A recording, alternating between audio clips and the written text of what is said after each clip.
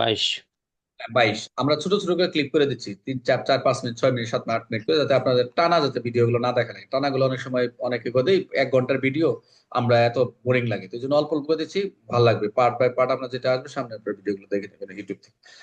22। এখন হচ্ছে আমরা হচ্ছে মাদকদ্রব্য দ্রব্য নিয়ন্ত্রণ আইন 2018 সংশোধন 2020-এর 22 ধারাটা দেখবো। এখানে জাস্ট একটা কথা মনে রাখবেন, এখানে এটা আহামরি কোনো সেকশন না। বলছে আপনি যে গ্রেপ্তার, আপনি যে এই যে এই আইনের যাই কিছু থাক না কেন, অর্থাৎ এই আইনের উদ্দেশ্য পূরণ করবে জারিকৃত যত পরোয়ানা হবে, যত পরোয়ানা অর্থাৎ কোর্ট থেকে যত পরোয়ানা আসবে, অর্থাৎ মাদকদ্রব্য আইনে আমরা যে তদন্ত করে দিচ্ছেন সেগুলো কি হচ্ছে, আদালত থেকে ওয়ারেন্ট আসতেছে, অর্থাৎ অথবা সরাসরি বলতেছে এটা মাদক, এরকম মাদকের একটা আছে, এটা আপনার ওয়ারেন্ট, তাকে মাদকের তার বিরুদ্ধে ওয়ারেন্ট আছে। তো ওয়ারেন্ট থাক, যাই থাক না কেন, পরোয়ানা তল্লাশি, এখানে পরোয়ানা সকল পরোয়ানা বলছে কি, পরোয়ানা ব্যতীত পরোয়ানা ছাড়াও, এখানে কিন্তু ডাইরেক্ট সকল পরোয়ানা বলতে শুধু আদালত না। আমরা তো পড়ানো জানি, একটা হচ্ছে আদালত থেকে আর একটা বিনা পড়ায়। আচ্ছা, তল্লাশি ক্ষেত্রে সেটা, এবং গ্রেপ্তারের ক্ষেত্রে সেটা, এবং ক্রোক এবং বাজেয়াপ্তি, এই যাই কিছু থাকুক না কেন ফৌজদারি কার্যবিধি বিধান অনুসরণ করেন, এক কথায় একটা লাইনে। অর্থাৎ তল্লাশির ক্ষেত্রে আপনি কোন বিধান অনুসরণ করেন, একটা প্রশ্ন আসতে পারে অথবা একটা এমসিকিউ, যে ফৌজদারির ক্ষেত্রে প্রশ্ন আসবে এরকম, সকল পরোয়ানা তল্লাশি গ্রেপ্তার বাজেয়াপ্তির ক্ষেত্রে কোন বিধান অনুসরণ করবে। যারা মাদক এই যে যারা অ্যাডমিন আছেন মাদকের এটা পিডিএফটা দিয়ে দেবেন গ্রুপে আজকে আবার। তাহলে ফৌজদারি কার্যবিধি বিধান অনুসরণ করবেন, এটা হচ্ছে, এখানে আর কোনো কিছু নাই। এটা এইটুকুই, আর কোনো কিছু নাই। এখন যেটা হচ্ছে ভেরি ভেরি ইম্পর্টেন্ট হচ্ছে পরোয়ানা ব্যতিরেকে, অর্থাৎ বিনা ওয়ারেন্ট, অর্থাৎ পরোয়ানা ব্যতিরেকে আমরা যেটা করি, আমাদের যে বিনা পরোয়ানা যে সকল কার্যক্রম করি, তল্লাশি করি, গ্রেপ্তার করি, আটক করি, যে সকল ধারাগুলোতে বলা রয়েছে কার্যবিধি, পিআরবি, অন্যান্য মাইনর অ্যাক্ট, যা যা যেখানে যেখানে রয়েছে সেখানে এই কথাটা বলা রয়েছে। এখন মাইনর অ্যাক্টের ভিতরে এখানে একটা সেকশন, সেটা হচ্ছে এই আইনের মাদকদ্রব্য নিয়ন্ত্রণ আইনের 23 ধারায় বলছে পরোয়ানা ব্যতিরেকে তল্লাশি। মনোযোগ দেন, এখানে একটু কথা রয়েছে। প্রথম দেখবেন আমরা 23-এর 1 যখন পড়বো, তখন প্রথম বলছে কোন কোন পদমর্যাদার অফিসার এই তল্লাশি করতে পারেন পরোয়ানা ব্যতিরেকে। অফিসারের কথা বলা রয়েছে, কাদের কাছ থেকে? আমরা সবসময় অপরিচালক বা তার ক্ষমতা প্রাপ্ত অফিসারের কাছ থেকে আমরা ক্ষমতাবান। তো প্রথম হচ্ছে পুলিশের উপপরিচালক অর্থাৎ সাব ইন্সপেক্টর বা তদুর্ধ্ব, এসআই থেকে তদুর্ধ্ব করবে, অথবা কাস্টম অফিসার রাজস্ব কর্মকর্তা থাকবে, অথবা তার সমমানের তদুর্ধ্ব থাকতে পারে, সবগুলোই সমান তদুর্ধ্ব। অথবা কোন বর্ডার গার্ড বাংলাদেশ ল্যান্স নায়কের কথা বলছে, ল্যান্স নায়কের কথা বলছে তাদের ক্ষেত্রে, অথবা তদন্ত কোনো অফিসার, অথবা কোস্ট গার্ডের কথা বলছে পেটি অফিসার, তাদেরকে পেটি অফিসার বলা হয়, অথবা তদন্ত কোনো অফিসার। এদের এই যে অফিসার কথা যাদেরকে বললাম, এদের কাছে যদি যুক্তিসঙ্গত যদি কারণ থাকে, যে কোনো স্থানে যদি মাদক অপরাধ সংগঠিত হচ্ছে বা সম্ভাবনা রয়েছে বা আশঙ্কা রয়েছে, তাহলে কি করবে, তারা বিশ্বাসের কারণ লিপিবদ্ধ করবে। তবে একটু কথা রয়েছে, একটা কন্ডিশন, প্রিমিজেস ব্যতীত যে কোনো সময়। এই প্রিমিজেসটা এখানে সব ক্ষেত্রে আপনি ঢুকতে পারবেন যে লিপিত করলেন, বাট প্রিমিজেস ব্যতীত মানেটা কি, এই যেখানে দেখবেন আপনার মেইন বই প্রিমিজেস। আমি এটা ব্যাখ্যা দিয়েছিলাম যে প্রিমিজেসটা হচ্ছে লাইসেন্স, প্রিমিজেস একটা লাইসেন্স, একটা কি লাইসেন্স প্রাপ্ত স্থানকে বোঝাইছে, যেমন বার, পানশালা, যেগুলা এই সকল জায়গায় যাইতে পারবেন না। অরেঞ্জ, বিনা পড়ায় ঢুকতে পারবেন না। বুঝতে পারছেন, পরিদর্শন করার তো ক্ষমতা আছেই, বাট আপনি ঠাস করে যাইতে পারবেন না। বলছে যে যে স্থান বা আইন অনুযায়ী সরকার কর্তৃপক্ষ কি দিচ্ছে, তাদেরকে লাইসেন্স প্রাপ্ত দিচ্ছে সরকার কর্তৃক, সেখানে বৈধভাবে সীমিত উদ্দেশ্যে। বৈধ দিচ্ছে ঠিক আছে, কিন্তু সীমিত করে দিচ্ছে যে এতটুকু করতে পারবেন না। তো মাদক উৎপাদন, সংরক্ষণ, বিক্রি করা হয়। যেমন লাইসেন্স প্রাপ্ত ফার্মাসিউটিক্যাল কারখানা রয়েছে, লাইসেন্স প্রাপ্ত ফার্মাসিউটিক্যাল কারখানা রয়েছে, অনুমত ওষুধের গুদাম রয়েছে।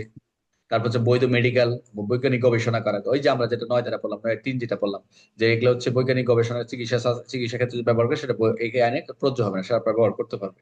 কন্ডিশন, মহাপরিচালক অনুমোদন নিয়ে করতে পারবে। তার বৈধ বা মেডিকেল বৈজ্ঞানিক গবেষণাগার, সরকার অনুমতি মাদক সংরক্ষণ পরিবহনের যে কিছু স্থান রয়েছে সেগুলা, এই ক্ষেত্রে হচ্ছে এগুলো হচ্ছে প্রিমিজেস প্লেস।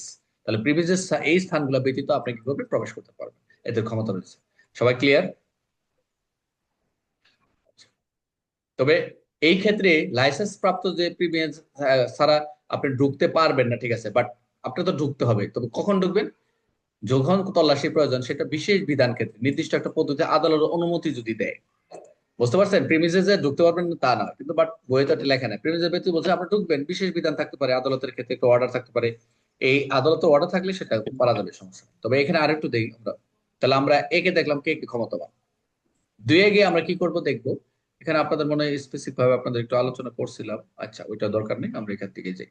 আমরা এখন হচ্ছে ক, খ, গ, এই 4টা বিষয়ে ক, খ, গ, গ, ঘ এবং 2।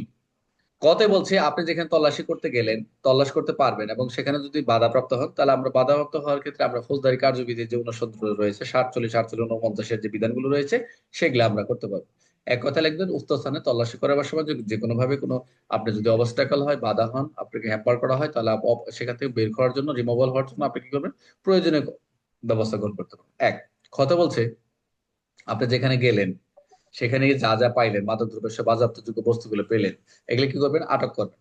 এক কথায়, কথায় হলো তল্লাশি, বাধা হলে ভেঙে বের হবেন। আর ওখানে যদি দলিল দস্তাবেজ যাই পাবেন, মাদক দ্রব্যের সাথে প্রমাণের সহায়ক দলিল দস্তাবেজ যাই থাকবে না, এগুলো আটক করবেন। গতে বলছে, আপনি উক্ত স্থানে যেখানে উপস্থিত হইলেন সেখানে তো দেহ তল্লাশি করবেন, সেখানে দেহ তল্লাশি করবেন। এবং যদি মনে করেন ওই হুম। ব্যক্তির মাদক দ্রব্য রয়েছে, ব্যক্তির কাছে মাদক দ্রব্য রয়েছে বা অপরাধ করেছেন মনে সন্দেহ হচ্ছে, তাহলে ডাইরেক্ট সন্দেহ গ্রেপ্তার। হইলে। তাহলে সন্দেহে গ্রেপ্তার করবেন। তাহলে হচ্ছে একে হচ্ছে, কতে হচ্ছে দরজা ভেঙে ঢুকলেন, দুয়ে হচ্ছে আপনি আটক করলেন, জব্দ করলেন ওই যে জিনিসপত্র আটক বা জব্দ, তারপর দেহ তল্লাশি করলেন, পরে হচ্ছে চারে হচ্ছে গ্রেপ্তার করলেন ব্যক্তিকে।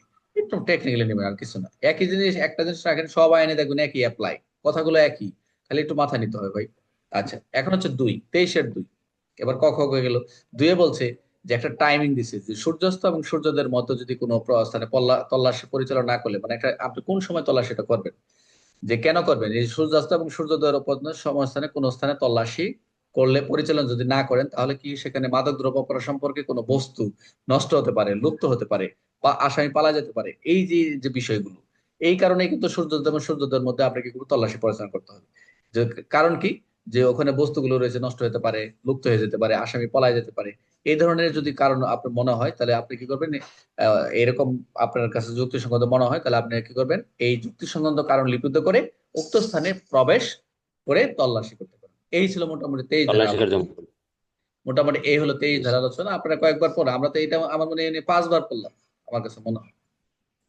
বুঝতে পারছেন? জি স্যার।